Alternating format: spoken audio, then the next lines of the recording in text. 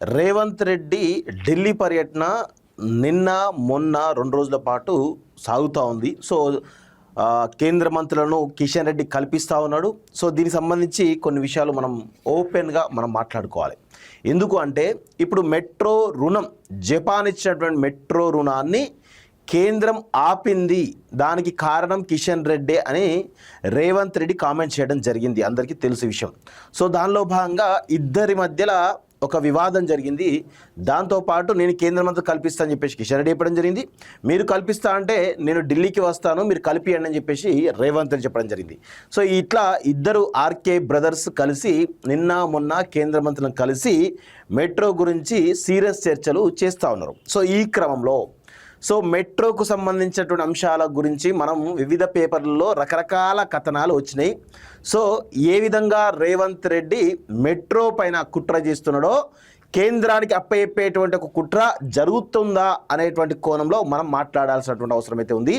ఒకసారి ఆంధ్రజ్యోతి, వెలుగు, దిశ, నమస్తే తెలంగాణ 4 పేపర్లో 4 రకాల కథనాలు ఈ మెట్రో పైన రావడం జరిగింది.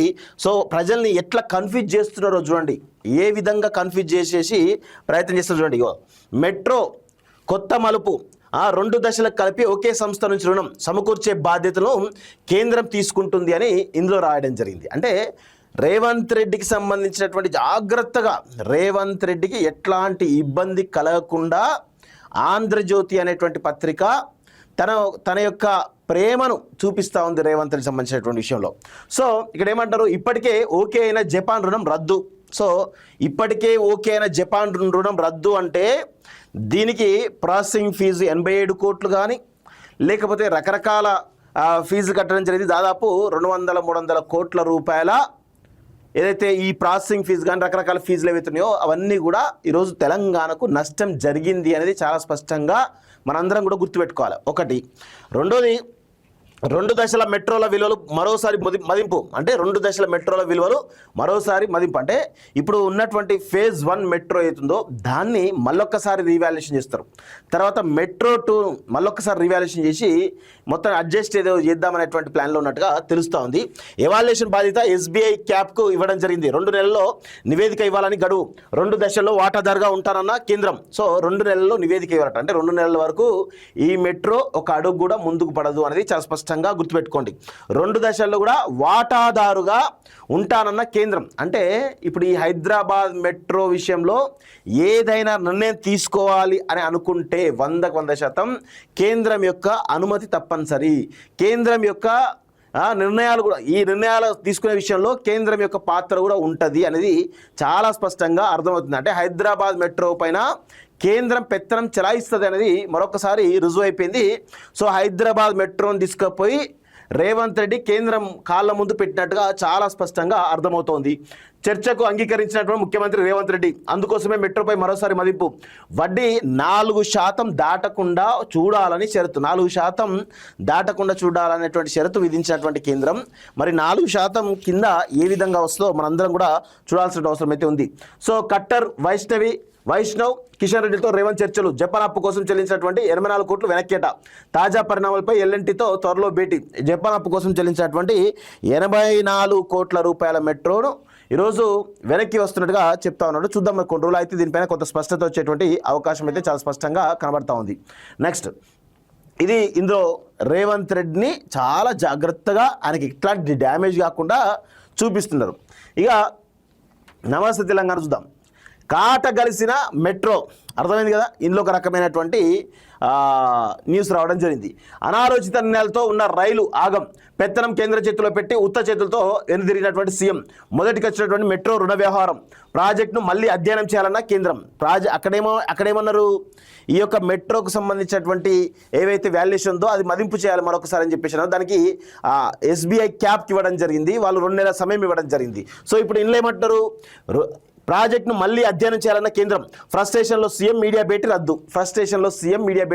వాస్తవంగా ఒకవేళ చర్చలు ఫలప్రదం అయితే రేవంత్ రెడ్డి బయటికి వచ్చి 100% ప్రెస్ మీట్ పెట్టి మీడియా ముందు ఇగో మెట్రోకు సంబంధించిన ఇటు కిషన్ రెడ్డి కానీ రేవంత్ రెడ్డి ఇద్దరు కలిసి ఆంధ్ర భవన్లో ప్రెస్ మీట్ పెట్టేవాళ్ళు. ఎందుకు పెట్టలేకపోయారు అంటే మెట్రో వ్యవహారం పైన ఏం జరిగింది ఏంటి అనేటువంటి విషయాలను ఈరోజు మీరు ఇచ్చినటువంటి లీకులతో ఆంధ్రజ్యోతిలో రావడం జరిగింది. కానీ అసలు ఏం జరిగింది అనేది మీరు చెప్తే తెలిసేది. ఇదంతా ఏంటంటే తర్వాత ఏమైనా పరిణామాలు అటు ఇటు అయితే నేను చెప్పలే కదా, వాళ్ళ ట్రాస్ నేనేం చేయాలి కదా అనేటువంటి చెప్పేటువంటి ఒక ప్రయత్నం తప్ప వేరే ఏమీ లేదనేది చాలా స్పష్టంగా అర్థమవుతుంది. మెట్రో సంబంధించినటువంటి విషయంలో 100% ఏదో ఒక కుట్ర జరుగుతున్నట్టుగా కనబడతా ఉంది. సో ఫ్రస్ట్రేషన్లో సీఎం మీడియా భేటీ రద్దు, రుణ సేకరణపై అధ్యయనానికి మరో కన్సల్టెన్సీ, ఇక తెగదెంపులే అన్న ఎస్బీఐ క్యాప్స్కు బాధ్యత, కన్సల్టెన్సీ నివేదిక ఆధారంగానే రుణంపై నిర్ణయం, 13,527 కోట్ల ఐఆర్ఎఫ్సి లోన్పై తొలగినటువంటి భ్రమలు, ఐడిబిఐకి రాష్ట్రం చెల్లించినటువంటి 176 కోట్లు గల్లంతే, కేంద్రం వద్ద రుణంపై మాట్లాడినటువంటి రేవంత్ రెడ్డి అంటూ చూస్తా ఉన్నాం. సో రేవంత్ రెడ్డి ఉల్టా క్లాసు. సో ఇక్కడ చూడండి 13,527 కోట్ల రీఫైనాన్స్కు ఐఆర్ఎఫ్సితో ఒప్పందం కోరింది, అంతా సంతకాలు చేశారు. ఎల్ఎన్టీ ఖాతాకు 1,400 కోట్లు ఈక్విటీ షేర్ జమ చేసినాం, లోన్ ప్రాసెసింగ్ ఫీజు 84 కోట్లు కట్టినాం, ఒక సింగిల్ క్లిక్తో 13,527 కోట్లు మా చేతికి వచ్చేది. సరిగ్గా అదే సమయంలో కేంద్ర మంత్రి కిషన్ రెడ్డి వెళ్లి రుణం ఆపేసినట్టు ఇటీవల సచివాలయంలో మీడియాతోటి రేవంత్ రెడ్డి చెప్పడం జరిగింది. సో అదేవిధంగా కేంద్ర మంత్రి మనోహర్ లాల్ ఖట్టర్ నివాసంలో రైల్వే శాఖ మంత్రి అశ్విని వైష్ణవ్, కేంద్ర మంత్రి కిషన్ రెడ్డి, ముఖ్యమంత్రి రేవంత్ రెడ్డి మంగళవారం భేటీ అయ్యారు. ఈ సందర్భంగా మెట్రో ఫేజ్ 1 వాల్యుయేషన్, స్వాధీనానికి అవసరమైన రుణ సేకరణ, రుణ సంస్థ ఎంపిక, ఫేజ్ 2 విస్తరణ, నిర్మాణ వ్యయం తదితర అంశాలను అధ్యయనం చేసేందుకు కన్సల్టెంట్ నియమించాలని కేంద్ర మంత్రులు సీఎం ఏకాభిప్రాయానికి వచ్చారు. కన్సల్టెంట్గా ఎస్బీఐ క్యాప్స్కు వారు ఎంపిక చేశారు. ఇదేమో గతంలో, ఇదేమో నిన్న అని అంటే ఇది సీఎంఓతో విడుదల చేసిన పత్రిక ప్రకటన. వారం రోజుల్లో 2 విరుద్ధ ప్రకటనలు, హైదరాబాద్ మాట, ఢిల్లీలో మార్పు, దీని భావమేమి తిరుమలేశ అంటూ చూస్తున్నాం. సో ఆవులు కొట్లాడి దూడల కాళ్ళు విరగొట్టినట్టు అయింది హైదరాబాద్ మెట్రో పరిస్థితి. కేసీఆర్ క్రెడిట్ ఏముంటుంది ఇలా, హైదరాబాద్ మెట్రో క్రెడిట్ గతంలో ఉన్నటువంటి వైఎస్ రాజశేఖర రెడ్డి, కిరణ్ కుమార్ రెడ్డి యొక్క క్రెడిట్ అది చెప్పాలంటే. సో దాన్ని కేసీఆర్ పూర్తి చేసిన, అంతే. పెద్దగా కేసీఆర్ చేసింది ఏమీ లేదు దానిలో. కేసీఆర్కు మెట్రోకు సంబంధం లేదు. ఆడ ఓల్డ్ సిటీ పోయి, సుల్తాన్ బజార్ పోయి, అదేవిధంగా అటు చాలా చారిత్రాత్మకమైనటువంటి కట్టడమైనటువంటి మన సచివాలయం అవుతుందో దానిపై నుంచి మెట్రోను వెళ్ళనీయంగా వెళ్ళనియన్నారు. కానీ తీరా ప్రభుత్వం వచ్చిన తర్వాత ఏం చేసిండు, అదే సేమ్ అలైన్మెంట్ తోటి కట్టడం జరిగింది. సుల్తాన్ బజార్కి వెళ్ళిండు, అక్కడేమన్నాడు, ఇక్కడ ఎవరైతే వ్యాపారస్తులారో ఎవరికి ఇబ్బంది కలిగినా నేను దేనికంటే దానికి సిద్ధమని చెప్పేసి చెప్పిండు. దాని తర్వాత అక్కడ ఏదో గూడుపుటానికి జరిగింది, ఆ తర్వాత వెనకడు వేసిండు. ఇది కేసీఆర్ చేసినట్టు మెట్రో విషయంలో చేసినటువంటి కుట్ర. సో అలాంటి మెట్రోను కేసీఆర్ పూర్తి చేసిందని చెప్పేటువంటి ప్రయత్నం మళ్ళీ నమస్తే తెలంగాణ చేస్తుంది. అంటే నమస్తే తెలంగాణలో కేసీఆర్ని ఆ పెద్ద మెట్రో మొత్తం సాధించడంలో కేసీఆర్ గొప్ప అని చెప్పే ప్రయత్నం జరిగింది. ఆంధ్రజ్యోతిలో రేవంత్ రెడ్డి గొప్ప, రేవంత్ రెడ్డి చాలా అద్భుతంగా చేస్తున్నాడు, కేంద్రంతో మాట్లాడుకున్నాడని చెప్పే ప్రయత్నం అట్లా చేస్తున్నారు. ఇది జరుగుతున్నటువంటి తంతు, అంటే వివిధ పత్రికల్లో జరుగుతున్నటువంటి పరిస్థితి కనబడతా ఉంది. సో ఏమున్నది, ఢిల్లీ దాకా పోయిండు, ఏం చేసిండు, చివరికి మెట్రో రైలు ఆగా చేసే కాడికి వచ్చారు. ఇద్దరు కలిసి ఢిల్లీ దాకా పోయి 3 రోజులు హడావిడి చేసి సాధించింది ఏంది, కేంద్ర మంత్రులతో గంటలు చర్చలు జరిపి మెట్రోకు వరగబెట్టింది ఏంది అని పరిశీలిస్తే మెట్రో 2వ దశ ఇస్తున్న సంగతి దేవుడు. మొదటి దశకే మోసం వచ్చింది. ఇప్పటికే అంపశయ మీద ఉన్నటువంటి ఫేజ్ 1 భవిష్యత్తు ఏమిటో అర్థం కానటువంటి పరిస్థితి ఏర్పడింది. ఇప్పటికే ఆర్థిక నష్టాలతో కునారెల్లుతున్నటువంటి మెట్రోను రేవంత్ రెడ్డి కిషన్ రెడ్డి కలిసి మరింత ఊబిలోకి తోసేశారు అనేది చాలా స్పష్టంగా అర్థమవుతుంది. సో 100% ఇప్పుడు అందులో చర్చలు కనుక ఫలప్రదం అయ్యి ఉంటే కనుక, కనీసం సాటిస్ఫైడ్ అయ్యి ఉంటే కనుక రేవంత్ రెడ్డి కిషన్ రెడ్డి ఇద్దరు కలిసి ప్రెస్ మీట్ పెట్టి అన్ని వివరాలు కూడా ప్రజలకు చెప్పేవాళ్ళు. ఈరోజు కేవలం ఒక ప్రెస్ నోట్ ఇచ్చేసి చేతులు దులుపుకున్నారు. చూడండి ఎంత అది ఉందో. అంటే bro CM Revanth Reddy CM నుంచి ప్రెస్ మీట్ పోయిందంటే ఏంది, తనకు అనుకూలంగా ఉండేటువంటి కంటెంట్ మాత్రమే అందులో ఉంటుంది తప్ప అన్ని విషయాలు ఉండవు. ఒకవేళ ప్రెస్ మీట్ పెట్టి ఉంటే కనుక రిపోర్టర్లు, జర్నలిస్టులు ఎవరైతున్నారో వాళ్ళు కూడా అనేక రకాల క్వశ్చన్స్ అడుగుతుండే. దాన్ని ఫేస్ చేయలేనటువంటి పరిస్థితిలో ముఖ్యంగా రేవంత్ రెడ్డి ఫ్రస్ట్రేషన్లు ఉండేమో, లేకపోతే ఇంకేమన్నా కారణాలు ఏమో తెలియదు, కానీ మొత్తానికి అయితే ప్రెస్ మీట్ పెట్టలేదు, అర్ధాంతరంగా ముగిసిపోయింది. దానిలో చాలా స్పష్టంగా ఏంటంటే చర్చలు ఫలప్రదం కాలేదు అనేది చాలా స్పష్టంగా అర్థమైపోతుంది. ఇది నమస్తే తెలంగాణలో వచ్చినటువంటి న్యూస్. ఇక ఇంకొక విషయం చూడండి, ఇదే సేమ్ వార్త ఎందులో V6లో చూద్దాం. ఇది కూడా కాంగ్రెస్ పార్టీ సంబంధించినటువంటి పేపర్. ఇగో మెట్రోపై ముందడుగు కేంద్ర మద్దతుతో ఫలించినటువంటి సీఎం రేవంత్ చర్చలు కీలక నిర్ణయాలు. ఫేజ్ 1 లోన్, ఫేజ్ 2 విస్తరణకు కన్సల్టెంట్గా SBI క్యాప్స్ స్టడీ రిపోర్ట్ ఆధారంగా భవిష్యత్ కార్యాచరణ. సమన్వయ సభ్యులుగా కేంద్ర ప్రభుత్వ అధికారి, రాష్ట్ర MAUD స్పెషల్ సెక్రటరీ, సీఎం కేంద్ర మంత్రుల సంయుక్త సమావేశంలో నిర్ణయం అంటూ చూస్తున్నాం. సో ఆంధ్రజ్యోతి ఇటు వెలుగు రెండు కాంగ్రెస్ పార్టీ పేపర్లే కాబట్టి వాళ్ళకు అనుకూలమైనటువంటి వార్తలు రావడం జరిగింది తప్ప ఇంకా ఇందులో వేరే ఏమీ లేదు.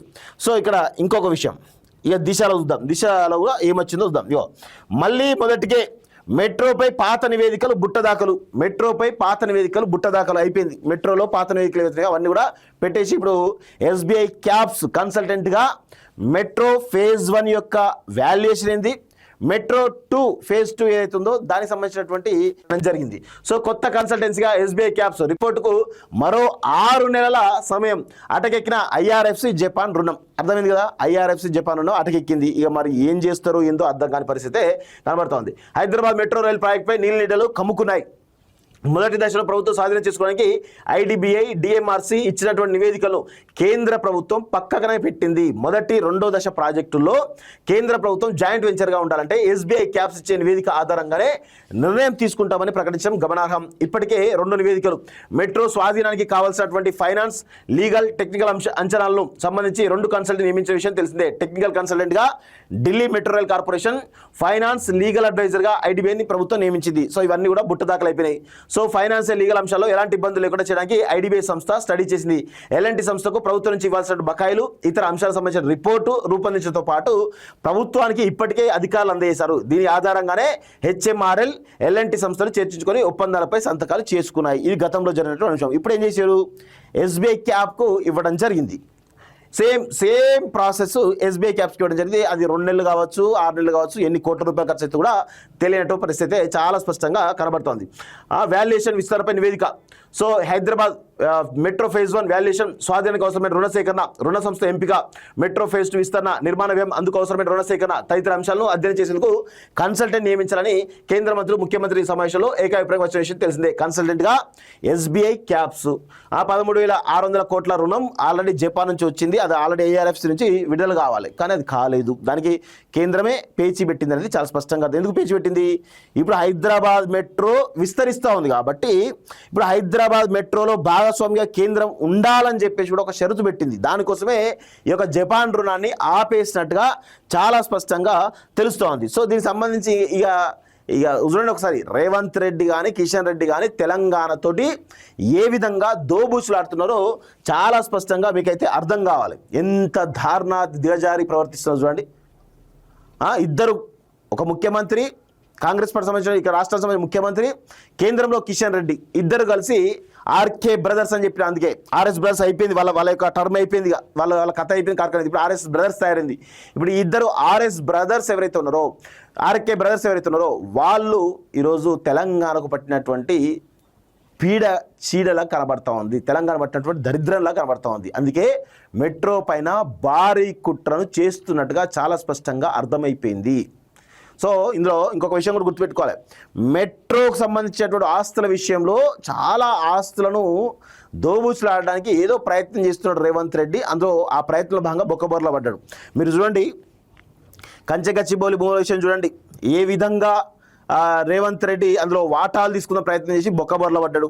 తర్వాత ఈ గౌరవ వెంచర్స్కు 6 ఎకరాలు ఇచ్చడం జరిగింది, ఏది టీ హబ్ వెనకాల ఉన్నటువంటి ల్యాండ్. సో దానిలో బొక్కబోర్లా పడ్డాడు.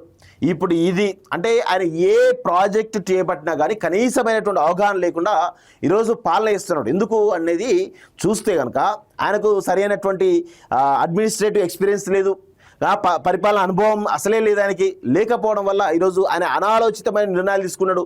ఏ IASకో లేకపోతే కీలకమైన అధికారులతో మాట్లాడి ఈ యొక్క ప్రాజెక్ట్ విషయంలో మనం ఏం చేద్దామని చెప్పేసి ఒక మేధో చర్చ జరిపితే అన్ని విషయాలు కూడా తెలిసేటువంటి అవకాశం ఉంటుంది. కానీ ఇక్కడ ఏం జరుగుతుంది అంటే, నేనే రాజు, నేనే మంత్రి, నేనే ప్రిన్సిపల్ సెక్రటరీ అని బిహేవ్ చేస్తూ రేవంత్ రెడ్డి రోజుకొక రకంగా బోల్తా పడుతున్నాడు, ప్రజల ముందు అబాసు పాలవుతున్నాడు. చాలా అబాస్ పాలవుతూ ఈరోజు తెలంగాణను సర్వనాశనం చేస్తున్నాడు. ఇప్పుడు ఈయనకు తోడు ఇప్పుడు కొత్తగా కిషన్ రెడ్డి తయారాడు. ఇద్దరు కలిసి మెట్రో పైన రకరకాల కుట్రలు చేస్తూ అనేక రకాల ఇబ్బందులు పెట్టే ప్రయత్నం అయితే జరుగుతున్నట్టుగా చాలా స్పష్టంగా అర్థమవుతుంది. సో మెట్రో ఫేజ్ 1 ఏదైతుందో ఎస్టాబ్లిష్ అయిందో దాని మీద నీడలు కమ్ముకున్నాయి. ఇక మెట్రో ఫేజ్ 2 ఇంకా స్టార్టే కాలే. ఇక దాని గురించి ఎంత తక్కువ మాట్లాడితే అంత బెటర్ అనేది నాకున్న అభిప్రాయం. సో ఇదొక పరిస్థితి.